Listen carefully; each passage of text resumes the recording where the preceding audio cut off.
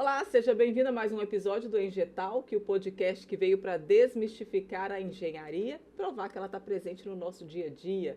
Hoje a gente vai falar de mais um assunto muito relevante, vamos falar sobre a perícia técnica na engenharia civil e para desmistificar esse assunto nós trouxemos aqui hoje o Bruno Martins, que é engenheiro civil de segurança do trabalho e também perito judicial. Seja bem-vindo, Bruno. Muito obrigado, Prazer Fernanda. te receber. Ah, bacana. Aí, é bacana estar aqui, agradecer pelo convite, tá? Feito e espero que depois desse podcast aqui, vocês, né, todos aí que estão vendo esse vídeo, ouvindo esse podcast, possam entender um pouquinho mais sobre perícia judicial e saber também que você pode ser um perito, né? De repente, nem precisa ser engenheiro, tá? Isso a gente aí. vai descobrir aí mais. Não, eu quero conhecer tudo, eu quero entender tudo. Porque, Bruno, esse podcast ele é uma iniciativa do INEA, que tem o apoio do CREA. Então, a ideia desse podcast é justamente trazer o assunto da engenharia com especialistas de diferentes áreas, para que as pessoas entendam que a engenharia está realmente presente no nosso dia a dia, para que a gente possa entender mais sobre os diversos segmentos da engenharia,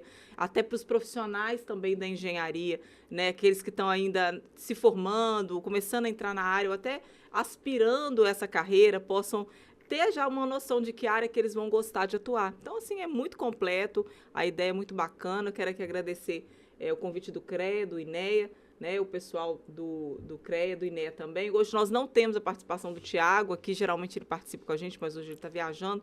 Mas vai ser um bate-papo muito esclarecedor, eu tenho certeza. Para a gente começar, conta para mim um pouquinho da sua trajetória profissional, né, até você chegar na área da perícia judicial. Muito bem. Então, começou há muito tempo. Se a gente for falar de CREA, né? Eu sou formado em mecatrônica. Na época, o CREA ainda tinha esse conjunto de técnicos, né? Mecatrônica? O que é isso? Para mim é um termo desconhecido. Então, nessa época, era o quê? 2007, 2008, mecatrônica era o que tinha no momento, porque era a junção de eletrônica com mecânica, né? Ah, sim. E isso é interessante porque desde essa época, desde 2007, por ali quando formei no curso técnico, já tinha essa visão de que você tem que ser um profissional multitarefas, né? Um profissional que consegue ter um leque de abrangência muito grande. Sim. E esse leque aumentou quando eu formei em engenharia civil. Porque o engenheiro civil, a gente sabe que a engenharia civil é a engenharia mãe no Brasil, né? Foi a partir dela que foram criadas todas as outras. Tanto que o nosso leque de atuação como engenheiro é gigantesco. Eu acho que dentre todas as engenharias, o engenheiro civil é aquele que tem, assim, uma gama de atividades Sim.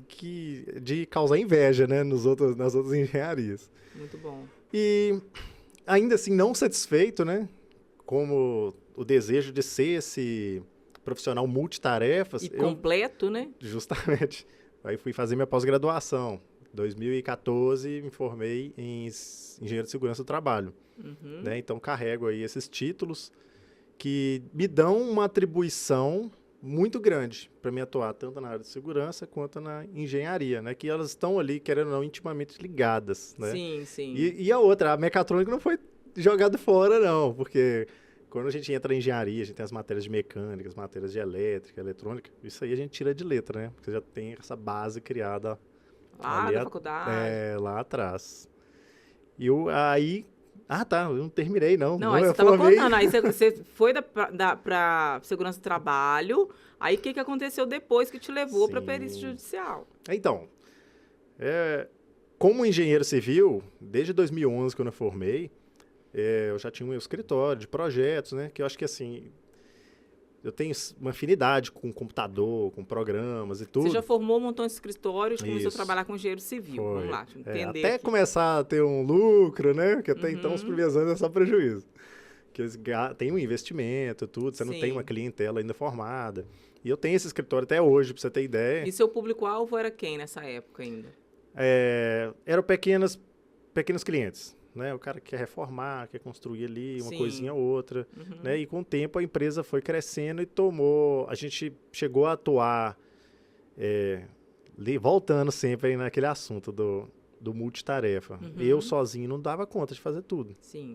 A gente precisava de um engenheiro mecânico, um engenheiro eletricista, um engenheiro ambiental. Então a gente criou uma equipe para essa empresa e que a gente conseguiu, né? Tem até geólogo para você ter ideia. Não, que bacana. E a gente conseguiu juntar toda essa galera para a gente conseguir pegar mais trabalhos mais complexos, né? Foi quando a gente começou a trabalhar para o Ministério Público, para a Receita Federal, né? Estou tentando lembrar aqui. Várias câmaras municipais, prefeituras. Bacana, então a gente você trabalhou... começou a trabalhar, então, não só para pessoa física, mas para algumas autarquias também. Foi o grande foco. Então a gente montou a empresa de forma que ela ficasse alinhadinha, sabe? Com todos os profissionais, as CATs necessárias. A gente foi correndo atrás de tudo. Né? A CAT aí é a certidão de atestado técnico, né? Sim. Isso aí é uma exigência hoje, para você participar de uma licitação pública e tudo, você precisa comprovar que você já fez um trabalho daquele nível de complexidade. E é lógico que é aos pouquinhos que a gente consegue fazer isso, né? Mas foi muito bom, muito bonito, até a gente começa a tomar os canos, né? Porque órgão público é difícil, sabe? É muito burocrático. Todo mundo fala isso. E começou a ficar, até certo ponto, assim, ruim trabalhar. Porque a concorrência estava muito brava, os preços estavam jogando sempre lá embaixo. Você não quer trabalhar projeto para esse valor. Claro. Então, foi o seguinte, vamos buscar outras oportunidades, né? Foi quando surgiu a perícia judicial. Eu já tinha ouvido falar de perícia judicial há mais tempo, quando eu estudava lá na pós-graduação. Só que aquele treino não me chamava atenção, sabe? Atraiu a princípio. Fica assim, não, eu tenho que ser amigo do juiz, tem um monte de lendas, assim, que limita a gente mesmo. Sabe? Eu não vou entrar nisso porque isso aí é só falcatrua, sei lá. E é o que a gente pensa mesmo. Talvez é por isso que muita gente nem arrisca, sabe? Assim como eu não arrisquei de primeira, né? Sim. Aí, assim, eu tive um mentor, né? Que ele chegou pra mim e falou, Bruno, vamos lá que eu vou te ensinar, vou te mostrar como é que é. E não é assim um bicho de 7 cabeças. Aí eu comecei a participar das perícias e ver como é que é. Mas aí é um curso? Como é que funciona isso? Na verdade, todo profissional liberal, vamos colocar assim, dentista, médico, engenheiros, arquitetos e tudo mais, eles têm a possibilidade de trabalhar para o judiciário. Ele trabalha como um assistente do juiz. Entendi. Então, não tem um vínculo empregatício, não tem uma carteira assinada, não tem um contrato feito, você simplesmente chega no fórum, eu vou colocar de uma forma bem simples, né? Você chega no fórum e se cadastra lá, eu quero trabalhar, eu quero ser assistente do juiz. Sim, entendi. E o juiz tem uma limitação. Por quê? Bruno, eu tô com uma casa toda rachada. O juiz não sabe de quem que é a culpa, se é do construtor ou do cara que usou mal. Sei lá, o cara colocou muito peso na casa. Sim. O juiz não tem conhecimento para definir isso. E as partes, uma fala assim, não, a culpa é sua e a outra, a culpa é sua. Um jogando pro outro. E aí, o que o juiz vai fazer? E aí tem que ter um técnico para poder ir lá e avaliar. Exatamente, aí que você fazer entra. A perícia. Aí que o perito entra. Tem várias, por isso que eu falo que pode ser qualquer profissional liberal. Às vezes você tá com uma dor de dente. É raro na hora de fazer seu canal. Entendi. Vai aí chamar um de dentista para acordo com avaliar. A especialidade da pessoa. Isso mesmo. Olha que bacana. Então, assim, são poucos, eu julgo que são poucos profissionais que não podem, na verdade não é que podem, todos podem, mas não tem demanda para alguns. Isso é verdade. Eu tô chutando que você é jornalista. Sim. Eu tô chutando que não tenha alguma demanda para você. Eu tô pensando aqui como que seria isso, eu acho difícil também. Difícil, né? Agora, tem outras profissões, normalmente essas de prestação de serviço ou de produtos, né? Venda de produtos, que você vai encontrar alguns problemas. Interessante. Tá, vamos terminar de contar minha história ainda. Você tá contando essa história ainda. Eu vou devagando, né? Vou ir tomando caminhos distintos aí. Mas então, aprendi sobre perícia judicial. Nossa, que bacana e tal. Novamente, vamos buscar maneiras de ganhar mais dinheiro, né? Eu tenho uma empresa de projeto, ela tem o seu faturamento. Eu sei fazer a perícia, já tenho um faturamento nisso. A gente estava até conversando aqui antes. Eu não posso arriscar tudo, botar todas as fichas num cavalo, né? Como se fosse uma aposta. Verdade, é bom você ter algumas especialidades diferentes, tá certíssimo. Aí por isso que você tem a segurança do trabalho, tem a atuação com engenheiro civil e tem perícia judicial. Isso aí. E não quer dizer que por você atuar em várias áreas diferentes que você é um profissional mais ou menos em todas as áreas. Né? Hoje eu concordo com você, concordo também. Hoje a gente tem acesso... Dá pra você ser muito bom em todas essas áreas. Sim. Porque você já delimitou ali. né? E tem pessoas que têm profissionais que têm capacidade para ser bom em várias áreas, né? Isso mesmo. Porque não tem essa limitação. Nós não temos. Pela neurociência, o cérebro humano não tem limitação. Não tem limite, isso né? mesmo. Se ele treinar ali, ele quiser, ele tem capacidade para fazer bem tudo que ele pegar para fazer. Aí eu cheguei nesse momento, eu já atuo com perícia, sei como é que é, e é um negócio muito bacana e as pessoas não sabem. Aí eu juntei com um outro amigo meu, que ele trabalha com marketing digital, e a gente começou a criar um curso. E é um curso que ensina pessoas... Entendi. De preferências, no início era só engenheiro civil e arquiteto. Aí a gente abriu o leque para todos os profissionais. Excelente. E aí hoje você ainda entrega esse manual para os seus alunos aí, digamos assim, né? Isso mesmo. Muito bom, muito bom. Agora vamos entrar mais agora nessa questão da perícia que eu fiquei super interessada, né? Como que ela funciona na engenharia? Você já me deu um spoiler aqui do que é. Mas eu queria que você explicasse assim, quais tipos de perícias que um engenheiro fica apto a fazer. Como eu já disse, o engenheiro civil ele tem um leque de atuação muito grande. Pensa, onde o engenheiro civil trabalha, isso pode dar um problema? Se dá um problema, você tem perito ali. Na construção de um prédio, na construção de uma rodovia. Nossa, é muita coisa. Onde tem engenharia... Tudo que tiver engenharia, ele é passível de uma perícia técnica. Exato. Uma perícia judicial. Judicial, é diferente perícia técnica de judicial ou é a mesma coisa? Olha, na verdade eu não vejo diferença, porque a perícia judicial, vamos dizer assim, é um campo, né? É um campo. E a perícia técnica, ela ocorre, pode ser tanto no âmbito judicial quanto fora dele, né? A perícia técnica. Sim. Porque a perícia é uma investigação, né? Sim. Nada mais é que uma investigação. Então, a perícia judicial é a investigação para o judiciário, vamos colocar assim. A perícia técnica é a investigação em si. Tipo, uma pessoa pode ir lá te contratar para fazer uma perícia técnica de um imóvel. Isso, é que aí é o que a gente chama... De uma obra, de um problema qualquer. Isso, aí o que a gente chama de assistente técnico. Só para você ter ideia, estou tentando recordar aqui os números. No Brasil, hoje, a gente tem 80 milhões. Eu vou tentar, eu acho que são 120 milhões de processos abertos, só nos tribunais cíveis, né? Nas varas cíveis. O que acontece? 120 milhões. Se cada processo precisar de um perito, você tem 120 milhões de possibilidades. E aí te digo mais. Cada processo desse pode estar envolvido até 3 profissionais. Por quê? Normalmente você tem o juiz no centro, o autor de um lado e o réu do outro. Sim. O reclamante de um lado. Verdade. E existe o profissional que trabalha para essas partes. Que as partes, às vezes, não têm o domínio técnico, como o engenheiro tem, e o juiz, ele tem alguém técnico ali para ele, né? Sim. Então, aí você como autor ou como réu, você contrata um assistente técnico. Então a pessoa pode ainda contratar o assistente técnico para ir lá defender o lado dela. Isso, exato. Então nós estamos falando de 360 milhões de oportunidades de trabalho. É um campo muito grande mesmo. Muito. Agora, quais são os principais desafios enfrentados nessa área, né, durante uma perícia judicial na área da engenharia civil? Desafio. Hoje a gente chegou num patamar assim, eu estou num patamar que para mim não é desafiador fazer uma perícia. Mas o que eu vejo dos meus alunos, e que normalmente acaba logo na primeira perícia, é a insegurança. O que eles ficam no telefone comigo, é diferencial, né, de outros cursos aí, que eu dou uma assistência bacana, sabe? É muito pessoal. E que tipo de insegurança que você percebe que eles têm? É justamente a insegurança de como que eu vou conduzir uma perícia. Será que as pessoas vão brigar durante a perícia? Será que eu vou ter algum problema? Será que eu vou ter que chamar a polícia para a perícia? E que tem muita coisa também... Não é, então, uma questão técnica, é mais de relacionamento, digamos assim. Ah, sim, a questão técnica. É um grande medo, às vezes, de... e se você me perguntarem uma coisa que eu não sei, né? Eu comecei na perícia com menos de 30 anos.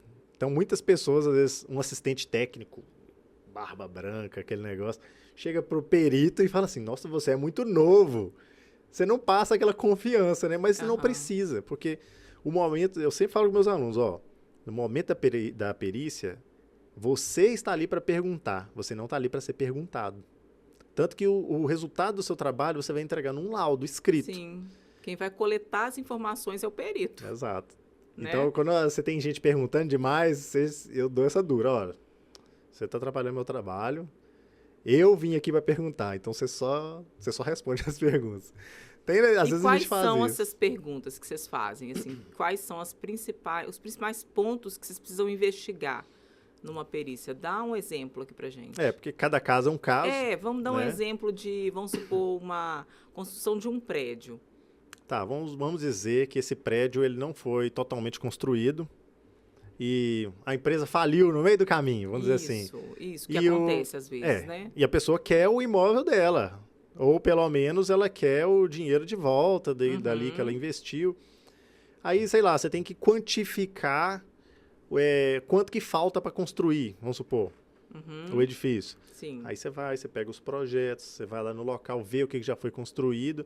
Aí você você faz uma tabela indicando, falta isso de material e isso de mão de obra. E coloca valor nisso, né?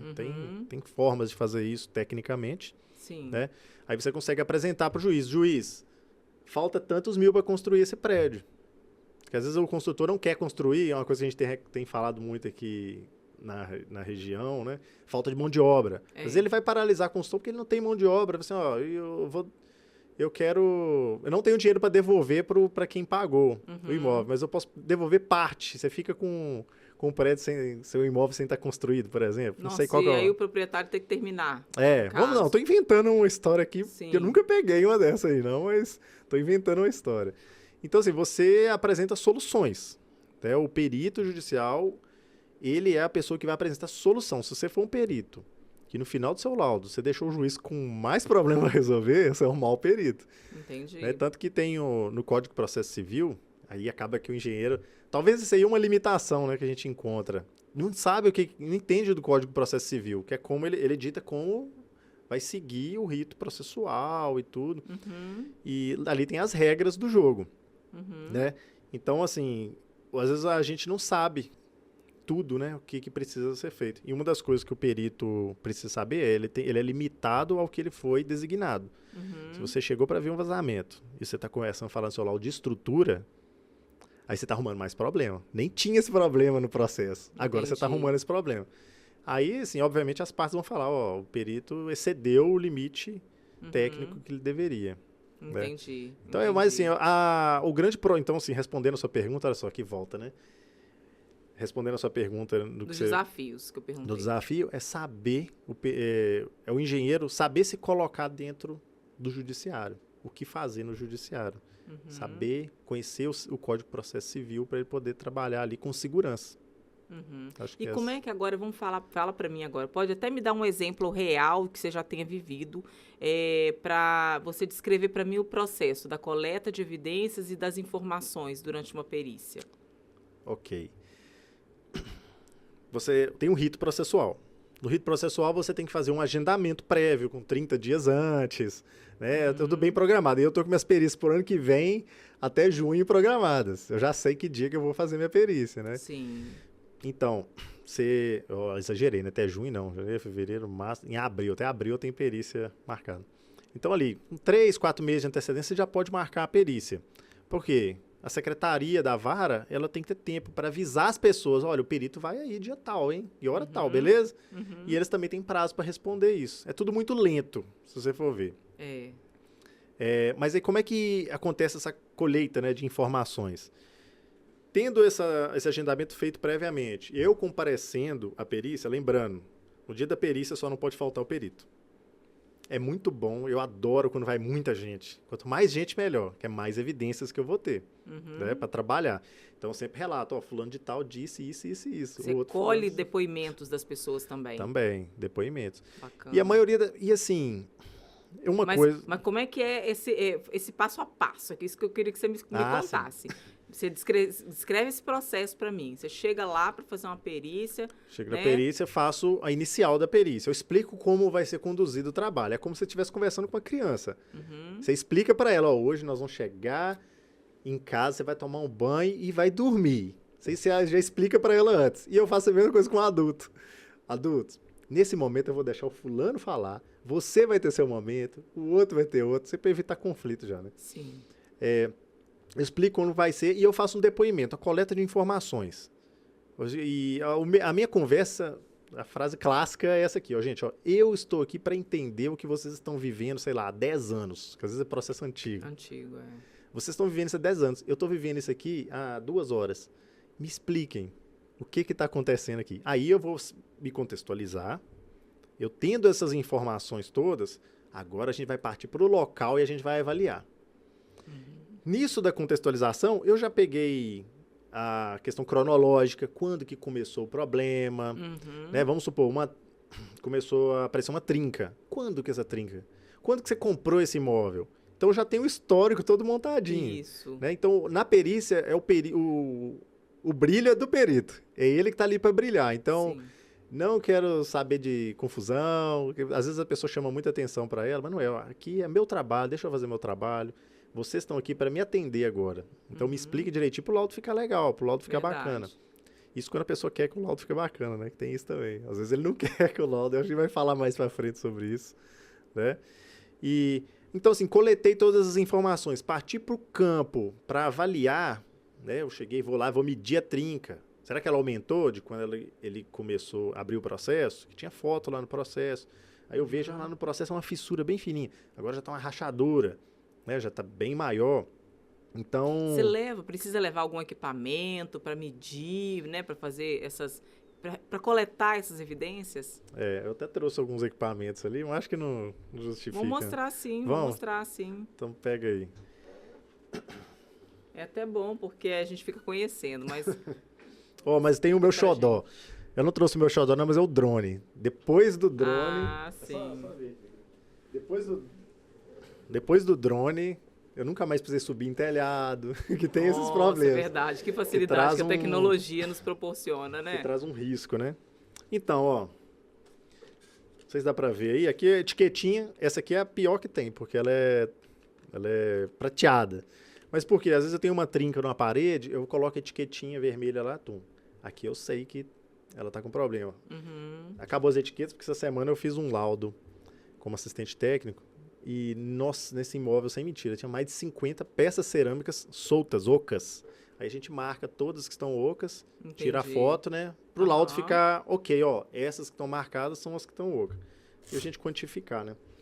Ó, aqui não pode faltar a trena. Treninha não pode faltar, pode ser de mão. Essa é aquela trena digital, né? Trena laser, né? Coloca ali, ela facilita bem. muito o trabalho, mas não pode faltar a trena de mão, não.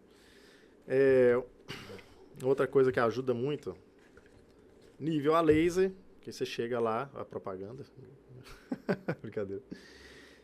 Para você verificar a questão de desnível, essa inclinação. Sim, ele faz aquele prumo, né? Exatamente. Tá nivelado. Olha, a gente é quase formada já, hein? Já sabe o significado de prumo. Essa jornalista está muito informada. Muito bem informada. Esse aqui não é tão necessário, mas me ajuda. Isso aqui é um scanner de parede. Eu consigo ver até 15 centímetros de profundidade o que tem naquela parede. Então, muitas vezes eu não vou quebrar uma parede para ver o que tem debaixo dela. Se tem um cano, se tem alguma coisa ali atrás, né? Aí ajuda muito. Uma viga. Vamos supor, tem vezes que tem uma fissura pequenininha ali, assim, o que será que é isso? Aí eu passo o scanner e falo, aqui tem uma coluna. Ótimo. Ela começa uma coluna ali, por isso que tem aquela trinca. Então é um tira dúvidas praticamente, né? Legal. Mas assim, gente, não precisa. O que precisa mesmo é uma trena. Com uma trena você faz muita coisa. Você detona na perícia judicial com uma trena. Bacana. E uma outra ferramenta é muito simples. Tem outros modelos mais simples que esse, que é um fissurômetro. Ele eu consigo quantificar o tamanho de uma fissura. Dá uma olhadinha. Entendi. Que interessante. Eu tenho uma de carteira aqui, ó. Ela já anda o tempo todo bacana. comigo. Aí você introduz ele na fissura e aonde ele parar, você já tem a medição. Eu coloco ele na fissura, vamos ver. Você coloca ele assim. Coloco ele assim, entendi. eu consigo ver. Ó. É igual uma régua mesmo. É uma régua. Eu achei que ele era de entrar, assim. Agora eu entendi. Muito legal. E assim, são equipamentos simples, baratinhos. Simples, verdade. Agora, tem isso para engenharia civil. Obviamente, para tudo você tem coisas caras e coisas baratas, né? Sim. Na parte da engenharia de segurança do trabalho, que o equipamento é essencial, porque a perícia na segurança do trabalho, você vai precisar um termômetro, né, de estresse térmico, vamos dizer assim, até na pior das situações, uma bomba graveométrica, que aí já começa a elevar já o custo do seu trabalho. Entendi, né? Entendi. E muita coisa eu uso. Até que eu não trouxe aqui, vamos supor, na parte, como engenheiro civil ainda atua em baixa tensão, né, na elétrica, às vezes a gente vai em perícia de consumo de energia, em que você tem que ver se tem uma fuga de energia na casa. Você está roubando energia, porque a pessoa está falando. Ou concessionária de energia, você está gastando muito e eu não estou usando isso tudo. E às vezes o problema está na casa da pessoa. Às vezes tem um aterramento mal feito, ou tem uma fuga mesmo de energia. Aí eu levo um alicate e um perímetro, né?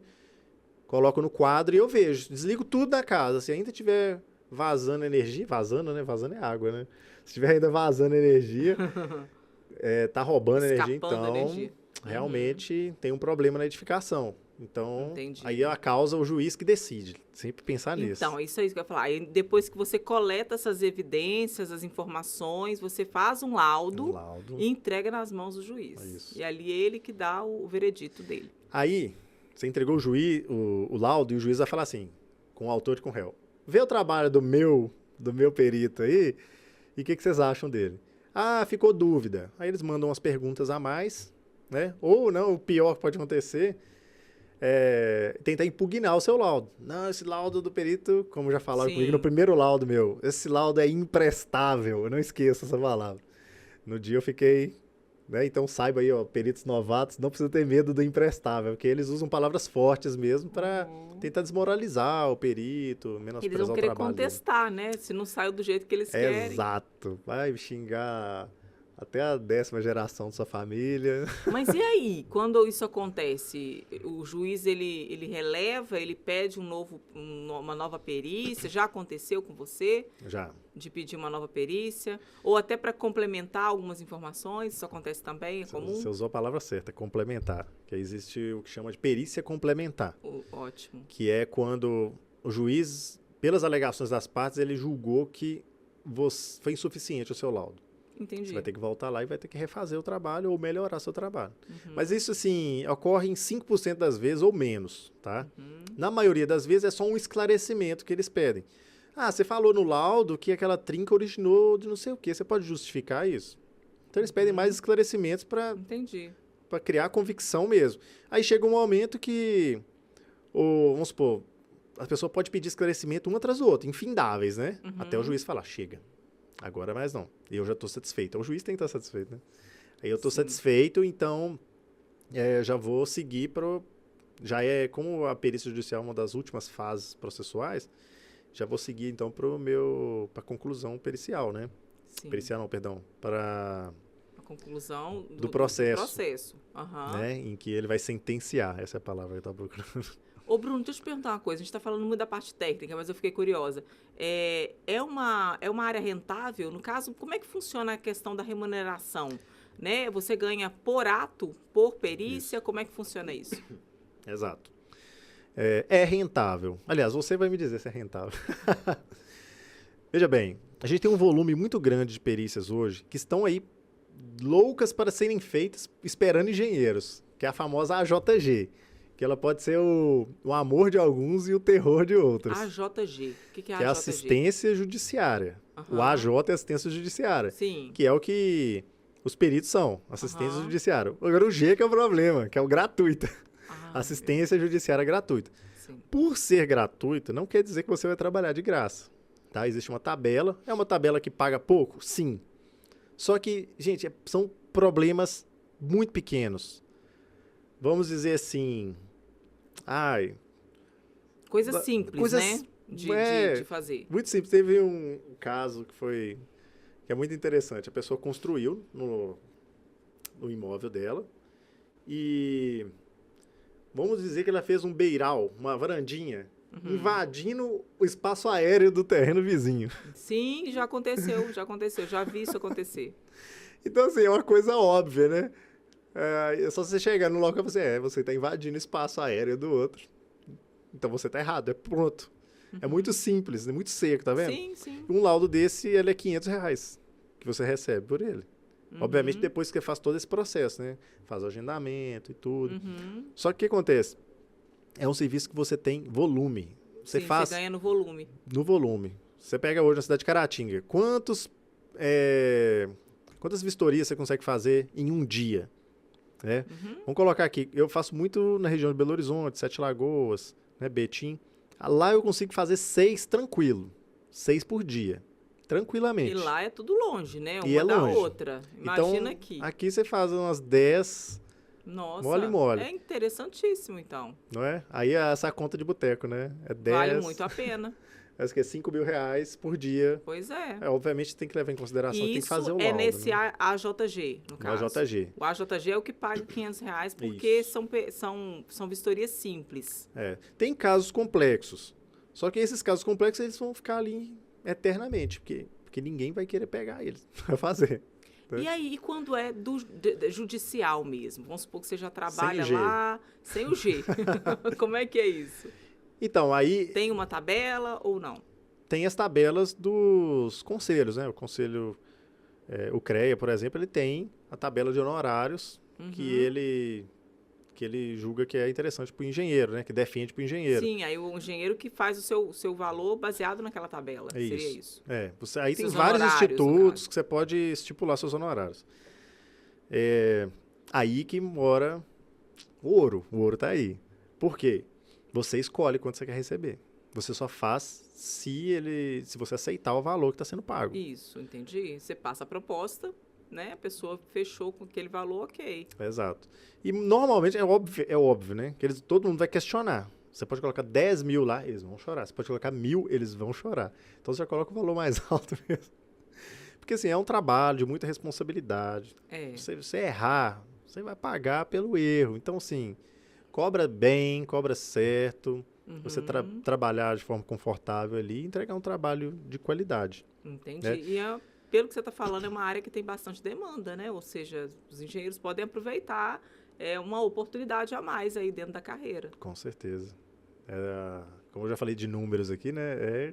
Oportunidade tem muito. Ah, Bruno, mas é difícil, né? Porque tem que conhecer o juiz. Não tem que conhecer o juiz, tem que se cadastrar. É só cadastrar no fórum. Em Minas Gerais, se você só se cadastrar, que é um cadastro, eu me cadastrei no Brasil inteiro, pra você ter ideia. Porque como tem aluno no Brasil inteiro, eu me cadastrei no Brasil inteiro para mostrar que aí eu criei um passo a passo para todos os estados. Como que faz cada estado para cadastrar. Entendi. E o Minas Gerais é o mais difícil de todos. Sério? É quase impossível, às vezes, de tanto documento que eles pedem. Nossa. Exato. Nossa, tem que ter tanto documento que aí até você juntar tudo demora. E aí eu vejo que isso meio que impede de entrar muita gente. Sim, acaba fazendo uma peneira, né? Uma peneira, exato. São Paulo, por exemplo, se você acessar aí agora, em 15 minutos você já pode começar a trabalhar como perito. Que bacana. Agora, em Minas Gerais, você pode esperar aí 1 mês a 2 meses para você conseguir juntar tudo e regularizar. É muita documentação que eles pedem. E além da documentação, eles avaliam a documentação. Então, se tiver alguma coisa errada, volta de novo. Entendi. Aí demora. Entendi. Então, nessa peneira... É um processo mais burocrático, então, no estado de Minas. E isso é bom, de certa forma, porque só fica quem realmente quer. Isso é bom, só verdade. quem está determinado. Tem um Não, lado eu bom. quero ser perito. Tem um lado bom, verdade. Aí Muito acaba bom. que em Minas, você faz seu cadastro, dependendo da cidade onde você cadastrar, na primeira, segunda semana você já tem nomeação.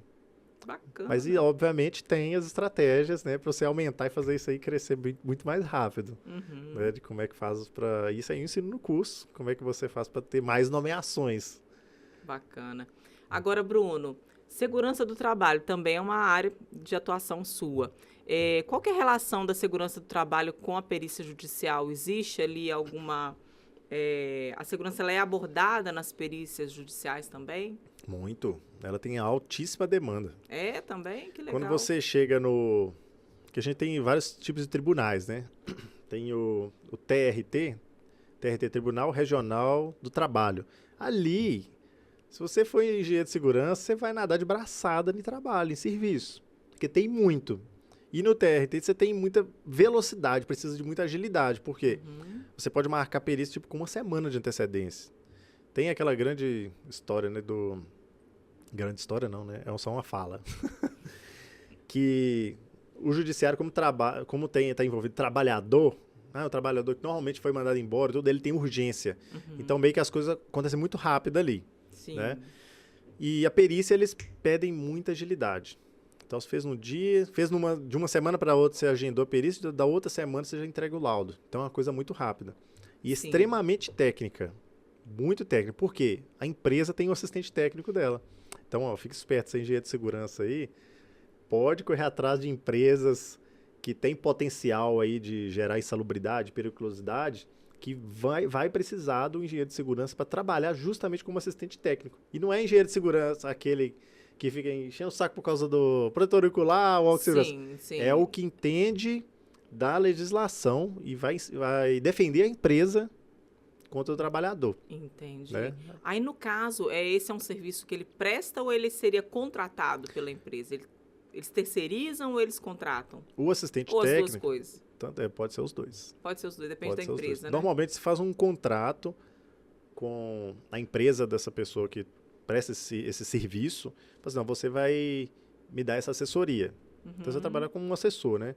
Vai participar das diligências, vai fazer a aquisitação. A aquisitação são o quê? Perguntas que você faz para o perito para ele responder no laudo dele. E aí que tá a grande jogada. Você fazer as perguntas certas, que vai induzir o perito a ter o mesmo pensamento que você. Tá. E aí a gente estava falando ainda da questão da engenharia de segurança e perícia, né? Isso. É intimamente ligado. Veja bem, você tem um trabalhador. Todo mundo trabalha, né? Não sei, pega aí o IBGE, quantos trabalhadores a gente tem no Brasil hoje. Quantos deles trabalham em local com ruído ou com calor, ou com poeiras, né? Com vibração. Todos esses problemas que existem, né? Toda essa questão de insalubridade que existe, é um possível trabalho que você vai ter. Porque a perícia, normalmente, ela é individual. Tem as perícias coletivas, mas normalmente as perícias que você vai fazer, ela é individual. Ou seja, o trabalhador também pode contratar um perito para ir lá, para poder chancelar aquilo que ele está reclamando na justiça ou até diretamente com a empresa. Exato, que é o que a gente chama de assistente técnico. Lembrar que o assistente técnico ele trabalha para vai as como partes assistente técnico. E o perito para o juiz. Né? É a mesma função, se você for ver. É a mesma função, só muda a nomenclatura. Mas o perito ele tem uma moral muito grande, sabe? Com o juiz. Porque o juiz confia nele. A maioria das vezes, se você falar que é A, o juiz vai falar A. Não, o meu perito falou que é A, então eu confio nele. E o que leva o juiz a ter essa confiança no perito? Me fala. Então, você fez um cadastro. Sim, mas você só passou pelo pela cadastro? peneira. Você passou pela peneira. Você já trabalha com aquele juiz há algum tempo. Ele só teve resultados legais com você. Ele sabe que você trabalha bem. Ele sabe que você pega o famoso rabo de foguete. Mas e no começo, até o juiz ganhar essa confiança, como é que é isso? Olha, tem casos assim, quando eu começo a trabalhar... Já aconteceu assim, desculpa te interromper, só porque é para complementar a pergunta. Tá. Se o juiz, chegou um perito novo, ele não conhece o trabalho daquele perito. E como que ele vai ganhar confiança? Como que ele vai saber se aquele perito é bom ou não? Já aconteceu de você, não com você, mas você já soube de algum caso, né? Que o perito não atendeu as expectativas do juiz, por exemplo? Eu já estava respondendo que sim, mas a resposta não é assim. Olha, de não atender, eu já vi casos que não atende a expectativa quando o perito some. Porque você está tudo no digital, hoje é tudo online, né? Se eu não me engano, 2016 para cá, começou a digitalização dos processos, então tudo eletrônico. Já aconteceu do perito sumir. Sumiu, simplesmente não responde mais. Ou ele largou a carreira, largou que tem tudo para lá, não quer saber mais dos honorários que vai ter que receber, ou ele mudou, passou em concurso público, isso acontece. Que aí tem coisas que, vamos supor, se você é concursado público, dedicação exclusiva, você não pode trabalhar para o judiciário, né? Mas nesse caso ele já não é mais perito daquele juiz. Eu falo quando o juiz trabalha com um perito e ficou insatisfeito com o trabalho dele. Ah, tá. O juiz pode pedir. O que acontece? Normalmente você recebe no final da demanda. Assim que você entregou seu trabalho, não tem mais dúvida quanto a ele, você recebe. Você pode receber 50% dos honorários antes de fazer a perícia. Às vezes vai ter um custo mais elevado. Quem paga esses honorários são as partes, no caso. As partes, isso. Aí, ou é a parte que pediu a diligência, ou as duas partes, né? E, no caso, paga o juiz paga é quando a JG, que é o Estado que paga. Gratuito, Normalmente, o perito vai te colocar... O juiz vai te colocar em processos simples no início. Para ele ver, ele não vai colocar uma responsabilidade grande na sua mão de cara. Ele vai chegar para você e falar assim, faz isso aqui para mim. Ele já até sabe o resultado, às vezes, sabe? Sim, então é legal isso que você falou, porque aí a gente agora está entendendo que ele ganha confiança daquele profissional com o tempo, mas ele também vai devagarzinho testando aquele profissional, de certa forma. Exato. E uma das estratégias são essas, você pegar o serviço que ninguém quer, que às vezes você tem perícias que ficam lá, há mais de 10 anos esperando um perito aceitar. Ah, mas é por causa da mixaria, é uma JG. Normalmente é uma JG. Entendi. Ninguém quer fazer. Você vai lá e faz. Aí, opa, peraí, alguém pegou esse serviço? Me fala quem que é essa pessoa, né? Então você tem que ganhar o juiz. Aqui, me dá um exemplo de uma perícia mais complexa. Uma perícia que você tenha feito mais complexa, aquela que te deu dor de cabeça, só para eu poder ter uma noção. Nossa. Não, aí que você me pegou, hein? Uma bem complexa. É um exemplo de uma perícia complexa. Por exemplo, existe alguma perícia que você não consegue finalizar ela numa visita? Tá. Que envolve muitos dados? Esse que é o grande ponto. A maioria das perícias são simples, tá? Vamos colocar uma aqui. Recentemente eu fiz uma. O Ministério Público estava processando uma empresa grande, uma construtora grande aí, envolvida em casos de desvio de verba e tudo, né? E aí, assim, não sei se é por conta que é essa empresa, que aí todos os serviços que ela prestou em Minas, eles colocaram... Foram questionados. E assim, era uma adutora era de esgoto. Adutora? Agora eu não sei, só sei que era uma tubulação tipo de 1,5 m de diâmetro, morro acima, mais de 1 quilômetro, e é uma obra bem complexa, sabe? Envolvia engenheiro eletricista, engenheiro mecânico, engenheiro civil, a parte ambiental, muita coisa, tá? E eles fizeram um comparativo. Eles pegaram assim, essa obra teve desvio de verba, porque ela tá muito cara, olha só, esse item aqui desse tubo, nessa obra custou tanto e nessa outra custou tanto. Aí, tanto que foi uma das alegações das partes, que eles não poderiam me aceitar como perito, porque eu não teria atribuição para isso. Eu não teria, vamos dizer assim, prática para isso. E no caso, referente às outras áreas, mas em relação à sua, você tinha. Sim, com certeza. Mas aí tá. O que aconteceu? Essa perícia foi até engraçada, que ela é paga pelas partes, eu joguei meu valor, e eles falaram que eu não tinha capacidade técnica. Beleza, então. Eu coloquei lá, puxei no Confea, né, as minhas atribuições. Não, eu já estudei sobre isso, eu entendo sobre isso. Posso fazer essa perícia. Aí o juiz, olha, o perito tem razão. Ele tem atribuição. Não posso, a gente não pode diminuir ele. Aí ele, então tá. Mas o valor que ele está pedindo é muito alto. Aí o juiz falou assim, mas você não falou que não precisava de uma pessoa muito experiente e que o trabalho é muito complexo? Sim, complexo, então o valor que ele pediu é justo, você está falando. Aí ele queria menosprezar, né, o meu trabalho para conseguir abaixar os honorários. Mas afinal de contas, era uma perícia complexa? Então, ela era complexa pelo fato de ter muitos elementos de várias áreas diferentes. Então, o perito tem que estudar. Não pode ser aquela pessoa que vai ficar acomodada ali, o que eu conheço é isso mesmo, pronto. O que a gente tem que consumir de norma, porque se você baseia na norma o seu laudo, amarrado em norma, seu laudo ele é quase impossível de ser desmontado, né, que é o que as partes tentam fazer. Tanto que você não usa no laudo a palavra eu acho, dá a entender, ou penso. Não pode ter achismo, não. Nenhum achismo. Tem que ser totalmente certo. Convicto. E se você não tem convicção, que é o que você falou ali sobre... tem vezes que não dá. Não dá, você não tem resposta. Então, o meu laudo, eu tenho muita convicção em falar que não dá para responder. Entendeu? É como se você estivesse falando assim, de forma bem simples. Vai buscar outra forma, mas por aqui você não vai conseguir. Entendeu? Entendi. Não vai ser comigo que você vai conseguir gerar essa prova, né? E acontece. E com certeza você deve entrar em divergência com essas pessoas, que você está lidando com o problema de partes. E dependendo do seu laudo, você com certeza vai agradar uma parte, vai desagradar a outra. Como que você lida com essas divergências? Então, isso que você falou acontece muito, que é o emocional ali. Você está lidando com o emocional. E aí você tem lá um processo de 20 anos que já aconteceu. Esse é um processo que foi caótico na minha vida. É um processo em que é uma disputa de terras, em que a pessoa, um falava que era dele, o outro falava que era do outro, e todos os dois tinham plena convicção que eles estavam corretos. Aí eu ouvi a história de um, falei assim, nossa, é bem convincente, né? E eu ouvi a história do outro, nossa, mas você também é convincente. Aí nosso trabalho de investigação. Isso. Aí é buscar, aí é um trabalho assim que eu não tenho, né? Muita familiaridade, que é sair, ir em cartório, ver as escrituras do imóvel, procurar saber, né? Buscar essa informação. Buscar documentação, levantar a documentação. Então, esse que eu acho que é o grande ponto, é fazer uma coisa que você nunca fez antes.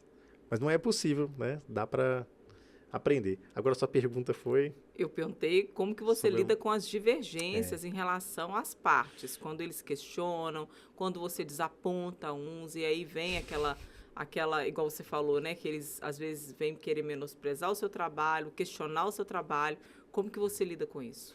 No início foi difícil, porque do seu laudo sempre vai ter alguém insatisfeito. E nos meus laudos, eu nem defendo ninguém, né? Porque o perito, ele é imparcial. Ele não pode ter lado. Claro. Tem vezes que sobra pra todo mundo. Eu acho muito engraçado, porque aí eu levo pedrada de todo mundo, né? O último laudo que eu fiz assim, eram 3 partes no processo. Sobrou pra todo mundo tava errado em alguma coisa. Fulano errou ao construir a caixa assim, o fulano errou ao demolir não sei o quê. Então, sobrou pra todo mundo. Aí eles ficam totalmente insatisfeitos. E quem tá insatisfeito, obviamente, vai questionar o seu laudo, vai falar que você não presta. Então, assim, hoje já estou acostumado com isso, já espero levar pedrada, e eu acho que os juízes também já têm essa ciência, sabe? De que quem não está satisfeito vai colocar lá em letras garrafais que o meu laudo é imprestável. E agora respondendo essa pergunta... Mas isso não te atinge mais? Não atinge, não. Mas respondendo essa pergunta, dessa questão aí desses ânimos, né? Como é que a gente lida com essa situação? Porque sempre vai ter alguém...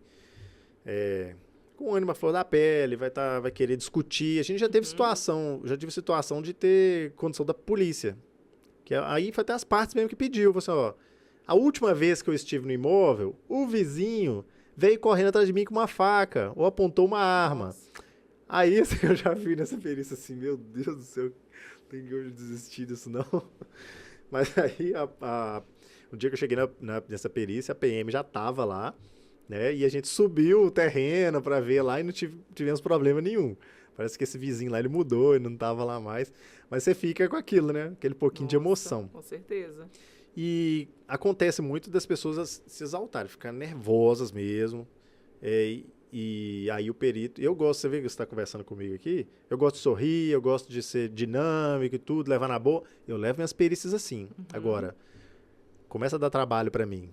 Aí eu fecho a cara na hora e falo assim, meu amigo, eu vou pedir para você se retirar. Você está atrapalhando o meu trabalho. Por favor, aqui não é lugar, não. E uma técnica boa, essa é de graça, hein? Você, quando vai fazer uma diligência, o grande segredo você tem 2 partes. Fulano, você vai falar para mim. E você vai falar para mim. Se você quiser chamar ele de bobo, você fala comigo que eu vou falar com ele, que ele é bobo. Para não ter problema entre as partes na hora, né? E na hora que um tá falando, respeita. Deixa o outro falar. Mesmo que ele tá falando abobrinha, deixa ele falar, você vai ter a sua vez. Toda perícia, as partes participam dela? Não são todas. A grande maioria, sim. Pelo menos uma das partes vai. Né? Quando você tem 2 partes, aí que costuma ter alguns problemas, né? Teve uma perícia muito engraçada em Sete Lagoas. Engraçada, né? Que a gente pega uns casos cabulosos. Era uma desapropriação. Então, sim, foram mais de 10 famílias que tiveram que ser desapropriadas, que construíram em área irregular e tudo, estava correndo um risco mesmo de desabamento do solo, né? E como imagina, 10 casas. Quantas pessoas moram em 10 casas? Nossa. Quantas pessoas que apareceram nessa perícia? Meu Deus. Foram 2 folhas só de nome e CPF das pessoas que participaram. Mas assim, a gente consegue conduzir, sim. Com o tempo você vai pegando as maldades, e você vê que não é assim tão complicado. Né, e é uma área que, pelo que você está falando, assim, tem seus desafios, tem suas dores de cabeça, como qualquer área também. Mas é uma área que dá para você produzir bastante nela, né? Dá para produzir. Que conselho que você daria para os engenheiros que desejam atuar como perito judicial, já que você tem um curso, já que você é mentor, aproveitar a oportunidade, se quiser olhar para aquela câmera ali, né? A gente já está quase encerrando o nosso bate-papo, mas eu queria que você deixasse um conselho, né? As recomendações que você daria para esses profissionais. Essa aqui ela é clássica, hein? Se você quer entrar para a perícia judicial e ainda não se atentou para essa oportunidade, você já está atrasado. Já era para você estar lá atuando há muito tempo. Né? Então, gente, acesse aí eng.brunomartins no Instagram, que lá tem os links todos para acessar o curso, compra de curso, para você me conhecer, para me mandar um direct lá, pode conversar comigo que eu tiro dúvida. E é a grande oportunidade da sua vida. Se você... Bruno, eu já trabalho em outro emprego, não tem problema. A perícia judicial, ela se enquadra à sua vida. Né? Eu comecei a trabalhar com perícia, sim. Eu escritório de projeto e perícia em paralelo. Se você... Bruno, tem horário fixo. Não tem problema, você pode fazer perícia fora do horário comercial, você pode fazer perícia no finais de semana, domingo. O perito é quem manda. Você, como assistente técnico, a conversa é outra. Né? Você tem honorários, você recebe direto do advogado, beleza. Você recebe mais, às vezes, ok. Só que você está amarrado no horário do perito, porque é ele que manda o dia que vai ser a perícia. Né? Então, a perícia judicial, ela se enquadra na sua vida. Dá pelo menos a chance da dúvida. Né? Vai lá, entra, faz seu cadastro e começa a atuar. Que aí, daqui a alguns anos, você começa a querer viver só disso. É interessante que o cadastro é gratuito, né? Só tem uma certa burocracia e você só aguardar a oportunidade. Se aguardar pode demorar um pouquinho, né? Então, vai lá, faz o curso, não é milhões. Você fazendo seu cadastro, aqui em Minas você vai ser nomeado, né? Dependendo da cidade onde você estiver. Se tiver muita demanda, você vai cair por sorteio, né? Que o Código de Processo Civil fala que os peritos registrados naquela comarca, né? Naquele fórum, ele vai ser sorteado entre os demais, de forma igualmente ele vai ser nomeado aos demais. Então, se tem 10 peritos, vai ser 10 perícias, uma para cada um. E por aí vai. Aí você vai ser sorteado. Bruno, mas tá muito difícil. Talvez é onde você mora, a localidade não tem demanda na sua área de trabalho. Então, é melhor você começar a pegar outras comarcas. Agora eu vou migrar para outra cidade, para outra e para outra. Pode escolher a comarca que quer atuar? Pode. Na hora de fazer o cadastro, você pode colocar várias? Pode. Você pode colocar Minas Gerais inteiro, se você quiser. Bacana. Né? Mas, igual você tem contador. Contador, ele pode marcar o Brasil inteiro, né? Ele vai se registra em todos os estados e ele atua. A gente tem lá no curso, tem um cara que mora, ele tá na Europa e atuando aqui. Olha Sério? só.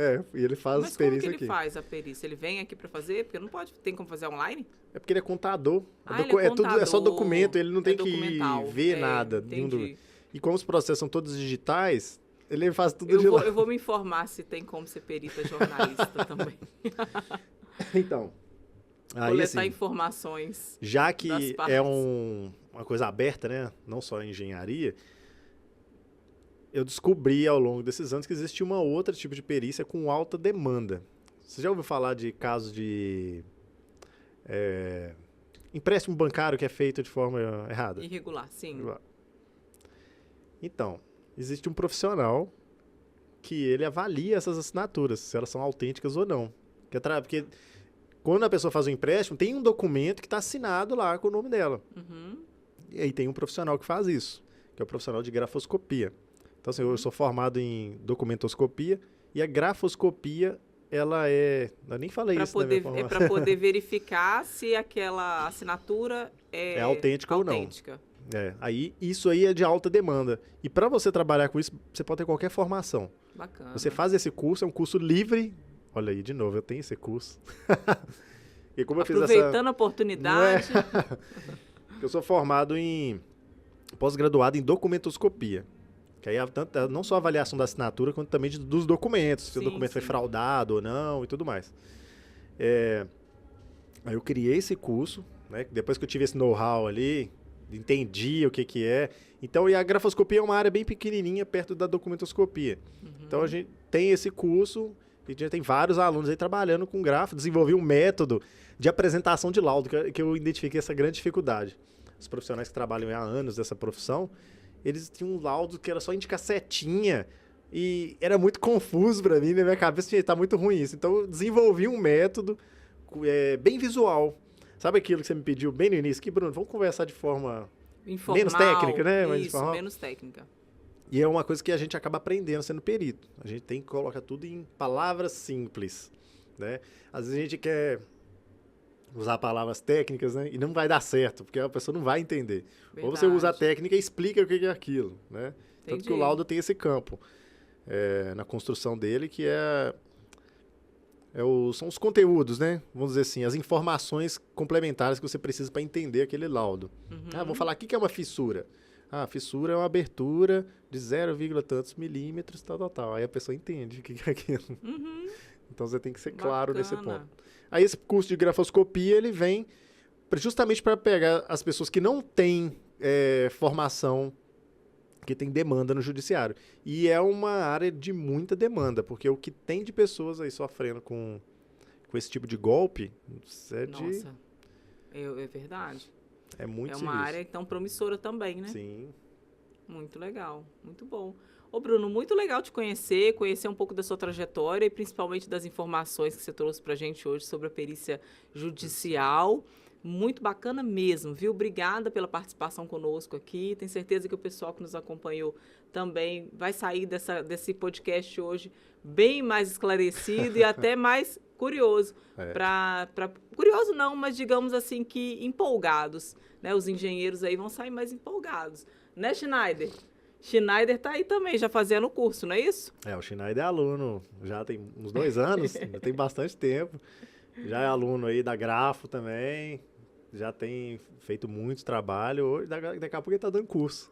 Tá vendo? É isso aí. Eu acho que o bacana da nossa profissão, né, seja qual for a sua área, é você procurar se especializar naquilo que você gosta, naquilo que você tem aptidão, aquilo que faz seus olhos brilharem. Isso. Porque também a gente não pode fazer só pelo dinheiro, né? Mas fazer, igual você falou, se você conseguir adaptar a sua rotina, igual esse trabalho você consegue adaptar, se você tem um trabalho fixo, se você tem um emprego, né, um trabalho formal, ou um escritório, é muito bom você poder agregar várias frentes ali, é muito bacana. E fazer porque gosta, viu, gente? Tem que ter identificação também. Porque, vamos supor, às vezes a pessoa não gosta de ter contato com problemas dos outros. Aí já não é uma área para ele. Fala a verdade. A gente tem que procurar aquilo que a gente se identifica. Não, e o perito é a pessoa de solução. Eu adoro problema.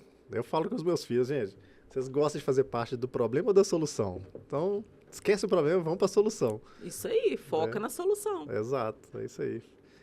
Obrigada, Bruno. Eu que agradeço, Fernando, pelo convite aí e espero que, né, como você disse, que as pessoas, os engenheiros ou até outras áreas de formação aí tenham com esse podcast aqui, assim, pelo menos aquele insight, assim, eu acho que tem alguma coisa para mim ali, né? E é uma área muito boa, se você consegue conciliar com o que você faz hoje, não importa se você é idoso, se você tem muitos anos de formado, ou se você é recém-formado, né? Como eu te disse aqui, basta eu ter minha atribuição legal para isso, eu posso estar atuando. E agenda no seu horário, né? O bom é isso que você falou, o perito faz é ele que agenda. Isso. E a experiência você vai pegando com o tempo, como tudo na vida, né? Então, assim, para quem está começando é uma ótima oportunidade de ganhar uma experiência muito boa. E além de você ser chamado, as pessoas, elas acham que você chama de doutor, né? Já foi advogado? Perito, Aí você é chamado de doutor. Quer ser chamado de doutor? Vem para a perícia judicial. Muito bom, Bruno. Obrigada, tá? Mais uma vez. Obrigada mesmo. Muito boa a nossa conversa aqui hoje. E vocês, muito obrigada também pela companhia. Agradecer aqui também mais uma vez ao CREA, ao INEA. Vocês que ainda não estão seguindo as redes sociais, comece a seguir a gente lá, @INEA_Caratinga e @CREAMG, tá? A gente te aguarda nos próximos episódios do Engetalk. Um abraço e até a próxima. Tchau, tchau.